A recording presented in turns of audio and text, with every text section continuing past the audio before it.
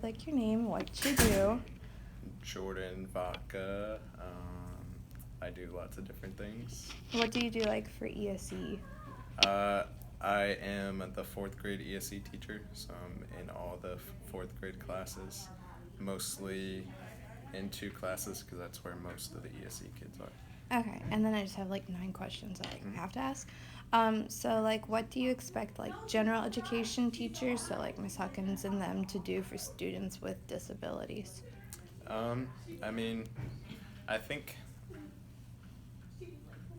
part of the issue in schools is that there's not a clear understanding that everybody is in charge of the IEP and like implementing the IEP, but it is like if I'm not there, then they provide the service and accommodations. So it's just getting that clear line of communication and that everybody knows that everybody's involved and in charge of the IEP. Okay, and then the second question is like, what do you think of inclusion like in the classroom, and like what are your like thoughts and feelings on that? Personally, I love it because, for one, they already know that who the ESC kids are because they've been grouped together for so long, and so it also provides them the opportunity to be around the non-ESC kids, and socially it helps them a lot, and none of them want to be treated differently. They see it as like a kind of a scarlet letter type thing. Yeah, and then this question says like, what is your relation to individuals with disabilities? You're the teacher, so you kind of already said that. What made you want to do this as like a career? I actually didn't go to school for ESE. I started working in Hillsborough, and I had a first grade class, and they lost an allocation. So they were like, "Oh, we want to keep you, so we have this ESE position open." I was like, "Okay." That's how most of the ESE teachers in my high school got their jobs. They're like, "All right," and they just stayed with it. Yeah. Oh, it's hot. It's been getting hotter all day. Ours is hot, but it does not feel quite this bad. What is the biggest difficulty you've faced while working with ESE students? I think it's more. I know it's a weird question. No, there's just a lot to it because it's difficult from a lot of different angles. Difficult in that there is all these rules and laws that are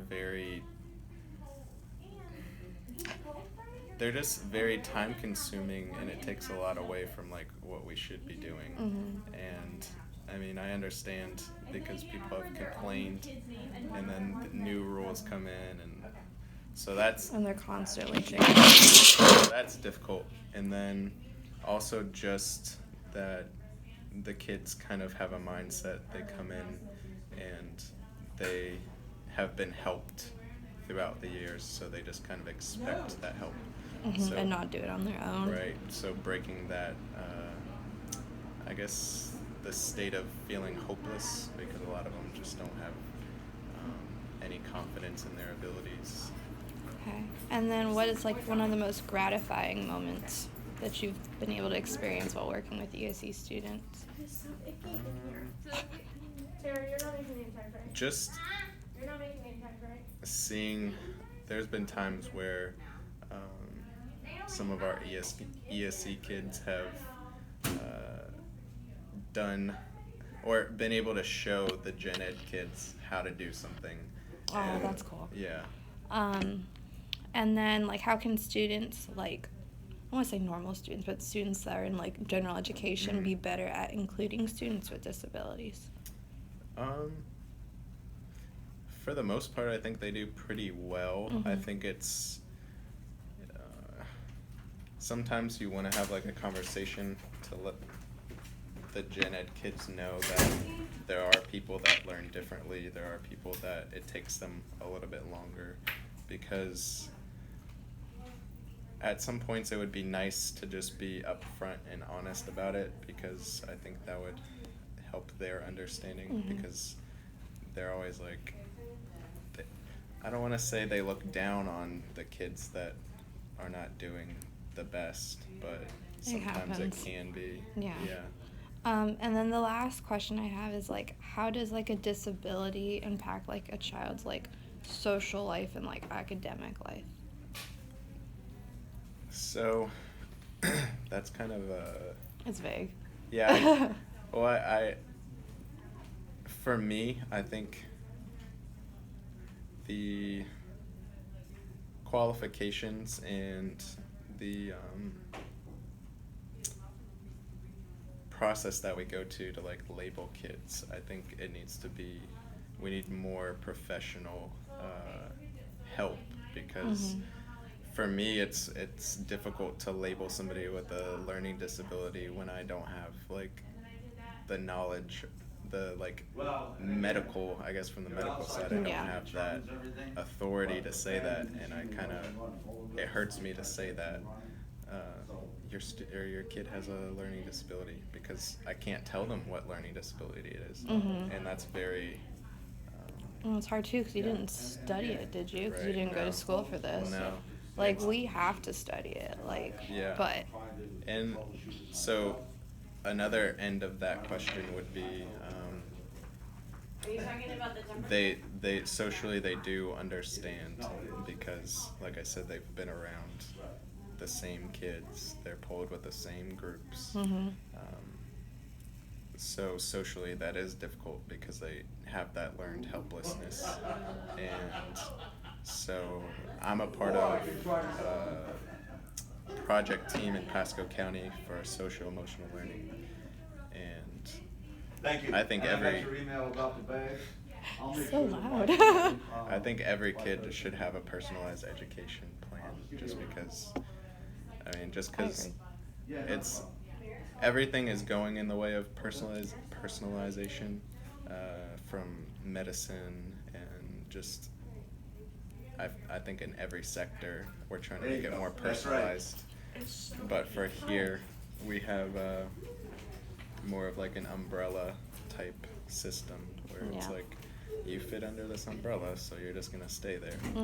But- Yeah, it seems like that with this school. So I was at Lake Myrtle last semester, and it was very like diverse, and like the IEPs were very diverse. So like in our class, we had 5 or 6 ESE students like in our class, and then we also had 2 ELL students, and we had 2 EBD students. Yeah. So like, you don't see that as much here. Like I know there's some, but not as much. Yeah, and we don't have any self-contained classrooms here. So, but yeah, it's so part of the reason why I stay in this, well, the whole reason why I stay in this is because of the kids, but a lot of it is for me to gain knowledge so that then I can fight to make changes, and that's kind of like where I'm at right now. So I think there are a lot of ESE kids that shouldn't be ESE, because depending on their home life or what they're going through, you could easily put a ESE label on a kid that is very intelligent. I mean, they're all very intelligent in their own ways, but I think the home life goes into it, how they're treated at school by their teachers, and just the gaps that we create, because a lot of the stuff that we do is not developmentally appropriate for our kids. So there's an automatic gap, and then that doesn't even take into account like the socioeconomic part of things, because that automatically puts kids behind the starting line. Yeah. So we almost create those gaps, which then creates more ESE students. Yep. Well, that is all of my questions. Okay. Thank you. You're welcome.